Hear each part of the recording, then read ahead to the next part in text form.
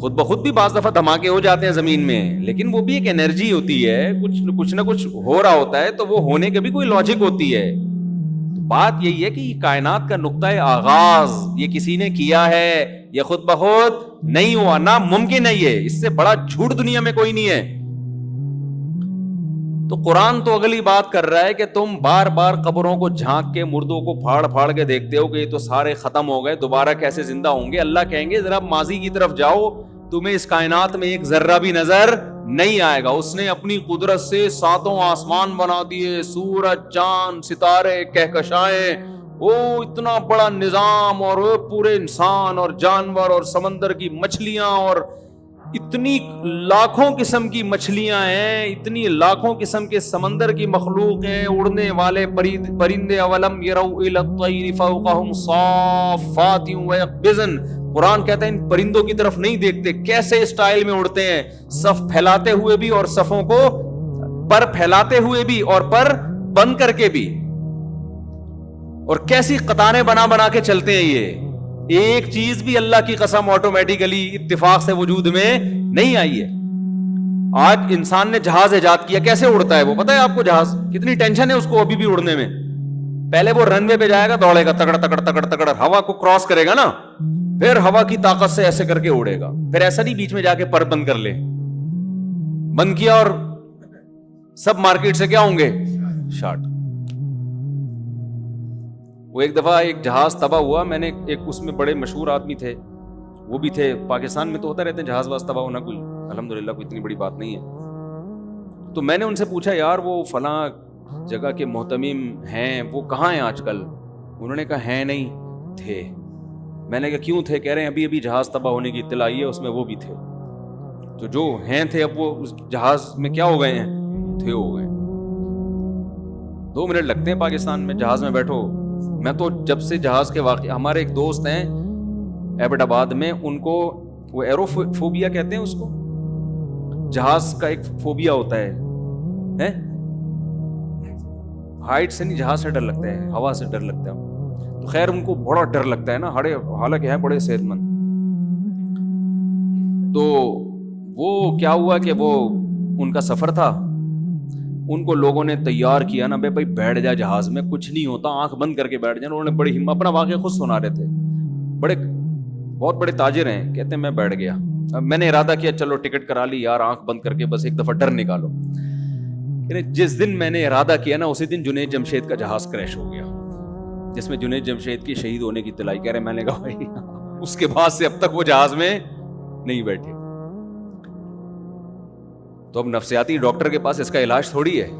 نفسیاتی ڈاکٹر کو چاہیے پی آئی اے والوں کا علاج کرے, ان کے انجینئروں پہ محنت کرے کہ جہاز گرے نہیں, تاکہ لوگ ڈرے نہیں جہاز سے. تو میں عرض کر رہا تھا جہاز کیسے اڑتا ہے. ابھی بھی اتنی ترقی کرنے کے بعد بھی انسان نے ایک چیز ایسی ایجاد کی ہے جس کو بڑا کنٹرول کرنا پڑتا ہے. اسے اسپیڈ سے جاتا ہے, کیلکولیشن ہوتی ہے اس کی, اتنے بڑے پر ہونے چاہیے, نہ زیادہ نہ چھوٹے. پھر ان پروں کا ایک خاص اسٹائل ہے. آپ نے دیکھا ہوگا پلین میں جب سفر کرتے ہیں ایسے پر ہل رہے ہوتے ہیں, پھر اس سے اس کی موومنٹ ہوتی ہے. اس پہ کتنے بڑے بڑے انجینئروں کی ہزاروں سال کی محنت ہے. یعنی جو بھی دنیا میں انجینئر آئے اس نے اپنا علم آگے پارسل کر کے مر گیا, پھر اگلا آیا اس سے آگے پارسل کرتے کرتے ہزاروں سال کے بعد یہاں جا کے پہنچے ہم. ایسا ہی ہے نا میڈیکل سائنس نے جو ترقی کی ہے, تو یہ تو صدیوں سے جڑی بوٹیوں پہ انسان کام کر رہے ہیں نا. وہ سارے حکیم جتنے دنیا میں گزرے ہیں, ماضی میں انگریزوں میں ہوں, مسلمانوں میں ہوں, ان کی ریسرچ کو یہاں تک لے جا کے پہنچایا ہے. تب جا کے یہ پیناڈول ایجاد ہوئی ہے, تب جا کے یہ پیراسیٹامول اور ڈسپرین اور یہ سب چیزیں ایجاد ہوئی ہیں. اس کے پیچھے ہزاروں سال کی انسان کی محنت ہے.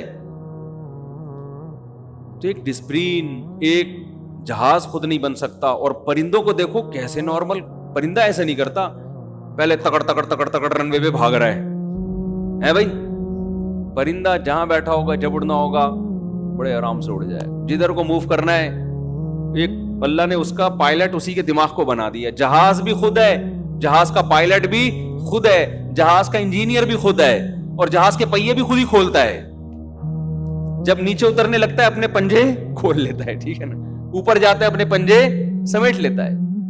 اور زبردست کیلکولیشن اللہ نے اس کو بتائی ہوئی ہے کہ جب ایک سمندر کے ایک ساحل سے دوسرے ساحل پہ سفر کرنا ہے تو کس ایک ملک میں جانا ہے، بائی ایئر سفر کرنا جہازوں کے لیے کتنا مشکل کام ہے. اب تو کمپیوٹر میں پورے سافٹ ویئر انسٹال کیے ہوئے ہوتے ہیں، وہ عرض بلد اور طول بلد جو ہے نا اس کے حساب سے بتا رہا ہوتا ہے. لیکن آپ نے دیکھا موسم چینج ہونے سے سمندر کے ایک کنارے سے پرندے سفر کر کے دوسرے کنارے پر جاتے ہیں، ایگزیکٹ اسی لوکیشن پہ پہنچتے ہیں جہاں انہوں نے جانا ہوتا ہے. یہ لوکیشن کون سکھا رہا ہے بھائی ان کو؟ جو جہاز میں جتنے آلات لگے ہوئے ہیں نا سارے اللہ نے پرندے کے مغز، جو چھوٹی سی کھوپڑی ہے اس کھوپڑی کے اندر جو چھوٹا سا مغز ہے اس مغز کے اندر سارے سافٹ ویئر قدرت نے انسٹال کر دیے. جہاز میں آپ کو سارے الگ الگ سافٹ ویئر نظر آئیں گے کہ لوکیشن بتانے والا یہ ہے بھائی یہ ڈنڈا ہے، یوں کھینچو گے تو اوپر جائے گا، اس کو یوں کرو گے تو جہاز. میں نے جہاز میں آگے بیٹھ کے بھی سفر کیا ایک دفعہ پائلٹ کے ساتھ نا، تو بڑا خطرناک سفر ہوتا ہے. آگے بیٹھ کے کبھی سفر نہیں کرو، کمزور دل والوں کے. جو نیچے جا رہا ہوتا ہے نا اب آدمی کہتے ہیں اب آلتو جلال تو آئی بلا کو ٹال دو، اب مرے گا بیٹا. بڑا خطرناک منظر ہوتا ہے جو جب جہاز لینڈ کرتا ہے. تو کتنا پیچیدہ نظام ہے اس کا.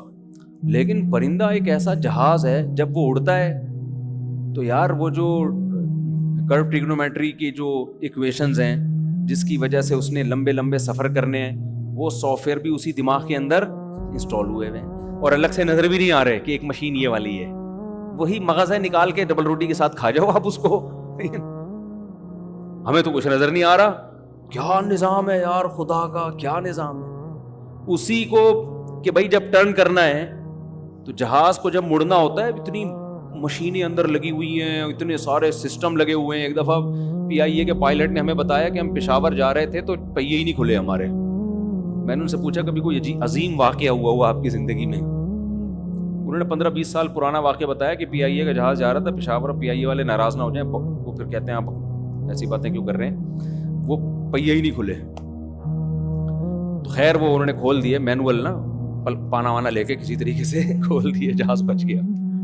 پرانی بات ہے، اب ایسے جہاز نہیں، اب الحمدللہ سب سیٹ ہے. تو یہ ایسا ہی ہے جیسے آج کا ہوٹل کا کھانا بہت اچھا ہے، ہوٹل کا کھانا بہت اچھا ہے.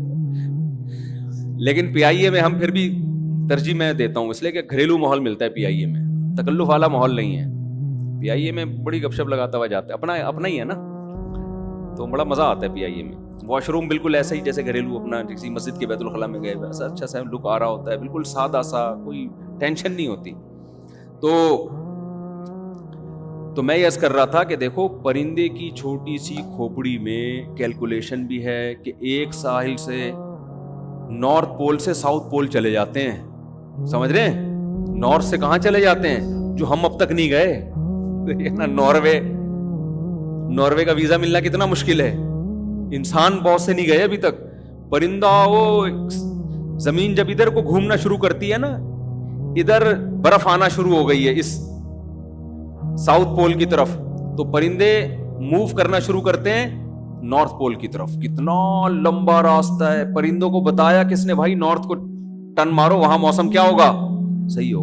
اتنا لمبا سفر، اور ایسے آپ دیکھو قطار بنا کے چل رہے ہوتے ہیں. ان کو لائن لگانا کس نے سکھایا؟ ہم تو اب تک قوم کو نہیں سکھا سکے لائن لگانا ہے بھائی. انسان اب تک کچھ ملکوں میں تو لائن لگی ہوتی ہے، لیکن بہت سے ملکوں میں ابھی بھی لائن نہیں لگی ہوتی. ہر آدمی لائن توڑ کے گھسنے کی کوشش ہوتی ہے کہ پہلے میں. ابھی تک دنیا انسانوں کو اتنا مینج نہیں کر سکی ہے، اتنی محنتوں کے باوجود. حکومتی سطح پہ بھی محنتیں، لیکن اب تک ایسا نہیں کہ پوری دنیا میں انسان سارے لائن میں لگ گئے ہوں. لائن توڑ کے لوگ کتا مانگنے کے لیے آتے ہیں. وہ میں نے سنایا تھا نا واقعہ، ایک آدمی کی بیوی مر گئی، کتے نے کاٹا تھا اس کو. تو وہ اگلے دن کیا ہوا ہے کہ تعزیت والوں کی لائن لگ گئی کہ یار تمہاری جوان بیوی مر گئی، کتے نے کاٹا. تو وہ لائن لگ گئی ہے، تو ایک آدمی لائن توڑ کے آیا. وہ لائن سے مجھے آواز یاد آیا، لائن توڑ کے آیا اور اس بندے سے کہتے ایک دن کے لیے کتا مل جائے گا ادھار. تو اس نے تھپڑ مار کے بولا ابے لائن میں لگ جا کے تو کیا سمجھ رہا ہے یہ تعزیت کے لیے آئے ہوئے، سارے کتے کے لیے آئے ہوئے یہاں پہ. ٹھیک ہے، تو جو کتے کے لیے بھی لائن میں لگا ہوتا ہے، کتے کے لیے وہ بھی لائن میں نہیں لگا ہوتا. وہ بھی لائن توڑ کے آ رہا ہوتا ہے. لیکن پرندے جب لمبے لمبے سفر کرتے ہیں, کیسا لائن لگا کے لائن میں سفر کرتے ہیں, دیکھا ہے نا. یہ تو قرآن کہتا ہے اولم یروا الی الطیر, ارے کیا دیکھا نہیں انہوں نے, انداز دیکھو. یہ نہیں کہا دیکھو ان پرندوں کی طرف, نہ ابے دیکھا نہیں ہے تم نے, باتیں کیسی کر رہے ہو تم تو ایسی باتیں کر رہے ہو جیسے تم گھننے ہو, تم نے کچھ دیکھا ہی نہیں ہے دنیا میں, تو سب اپنی آنکھوں سے دیکھ رہے ہو, اس کے بعد کیسے اعتراض کرتے ہو کہ خدا دوبارہ کیسے زندہ کرے گا اور خدا کے کیا احسانات ہیں, خدا ہے بھی کہ نہیں ہے. تم یہ کیسی باتیں کر رہے ہو, یہ سب دیکھا نہیں اپنی آنکھوں سے تم نے. تو لائن لگا کے, اور آپ کو پتا ہے پرندوں میں جو سب سے آگے ہوتا ہے نا, آپ کبھی تحقیق کریں, گوروں نے کی ہیں تحقیقات, پڑھ لیں آپ ان کی تحقیقیں, وہ کیا کہتے ہیں جو سب سے آگے ہوگا نا لائن میں, اس ترتیب سے لائن میں سفر کرتے ہیں کہ سب سے آگے والا پرندہ ہوا کاٹ رہا ہوتا ہے. سمجھ رہے ہیں, سب سے آگے والا پرندہ کیا کرتا ہے, ہوا کاٹتا ہے, کیونکہ ہوا کے مخالف چلنے میں مشکل ہوتی ہے, تھوڑی دیر میں وہ پیچھے آتا ہے, دوسرا آگے آ جاتا ہے. سمجھ رہے ہو, دوسرا آگے آتا ہے, پھر یہ جو پیچھے گیا ہے یہ اور پیچھے آئے گا, اس سے جو آگے والا ہے وہ اس کی جگہ سنبھال لے گا. ایسے تمام پرندے اپنی ڈیوٹی پوری کرتے ہیں. جگہ جیسے ہم جنازے کی چارپائی میں کندھا دے رہے ہوتے ہیں نا, بھائی میں تھک گیا ہوں اب تو آ جا آگے, وہاں پھر بھی ہم اس ڈسپلن کو قائم نہیں رکھ سکتے. بعض دفعہ ایک ہی آدمی کا کندھا تھک جاتا ہے, وہ ایک موٹے آدمی کا انتقال ہو گیا, اس کے بچے کندھا ہی نہیں دے رہے تھے, سوری اس میت کو کوئی کندھا ہی نہیں دے رہا تھا, تو بچوں نے کہا کہ بھائی کندھا دو. لوگوں نے کہا ہم نے تھوڑی مارا ہے اس کو جو ہم کندھا دیں بھائی, کہ بھاری آدمی تھا نا. تو بعض دفعہ ایسے ہوتا ہے شروع میں دکھانے کے لیے سب نے کندھا دے دیا, اس کے بعد آہستہ آہستہ کھسکنا شروع. وہ مینجمنٹ جو جنازے کی چارپائی میں نہیں ہوتی, وہ مینجمنٹ آپ کو سینکڑوں کلومیٹر کا سفر کرتے ہوئے پرندوں میں نظر آئے گی. وہ کبھی ایسا نہیں کرتے کہ اب تو ہے نا, ہم اگر ایسے ہوتے ہیں نا, ایک بندہ ہوا کاٹتے ہوئے آگے جا رہا ہے, ہم کہتے ہیں جب تک مرنی جاتا نہیں اسی کو جانے سے بیٹا, تو آیا کیوں آگے, ایسا ہی ہوتا نا. ہاں ہم کہتے تو آگے آیا کیوں, وہ کہہ رہا تھا ابے یار کوئی بندہ میری سیٹ سنبھالے تو میں پیچھے جاؤں, اگلا سیٹ ہی نہیں سنبھالتا, اور اگر وہ سیٹ چھوڑ دیتا تو پچھلا اور پیچھے ہو جاتا جا کے گھننا بن کے, سارے وہ چلے جاتے نارتھ سے ساؤتھ کی طرف, سوال ہی پیدا نہیں ہوتا. کیسا نظام خدا نے ان پرندوں کی چھوٹی سی کھوپڑی میں ڈال دیا کہ بھائی باریاں تبدیل ہوں گی, سب کا احترام کرنا ہے, قطار میں لگنا ہے, اور تمیز سے ہنسی خوشی سب نے مل جل کے سفر کرنا ہے. مچھلیوں کے آپ اسفار دیکھیں سمندروں میں, ایک کنارے سے کچھوے ایک جگہ انڈے دیتے ہیں, وہاں سے موو کر کے پتہ نہیں کہاں چلے جاتے ہیں. ہمارے ایک رشتہ دار تھے سمندر میں نا, انہوں نے مجھے بتایا کہ سائنسدان آئے ہوئے ہمارے شپ پہ. کیوں آئے ہوئے, کچھوے کے اوپر انہوں نے ایک آلہ لگایا ہے کہ یہ کمبخت میں اس لیے کہہ رہا ہوں کہ جو کام ہم نہیں کر سکتے, تو کچھوا ہو گیا یار, ہم سے بھی آگے نکل گیا ہے, اس لیے مجھے غصہ آ رہا ہے کچھوے کے اوپر. انڈے دیتا ہے ایک جگہ اور پھر موو کر کے سینکڑوں کلومیٹر کا فاصلہ طے کر کے کہیں چلا جاتا ہے. یہ کچھوا تھا یا کوئی مچھلی تھی, اور جب انڈوں سے بچے نکلنے کا وقت آتا ہے نا, تو وہ اتنا لمبا سفر کر کے واپس اسی جگہ آتا ہے. تو سائنسدان یہ دیکھ رہے تھے کہ اس کو پتہ, اتنی زبردست کیلکولیشن اور یہ بالکل صحیح فاصلہ طے کیسے کر لیتا ہے یہ.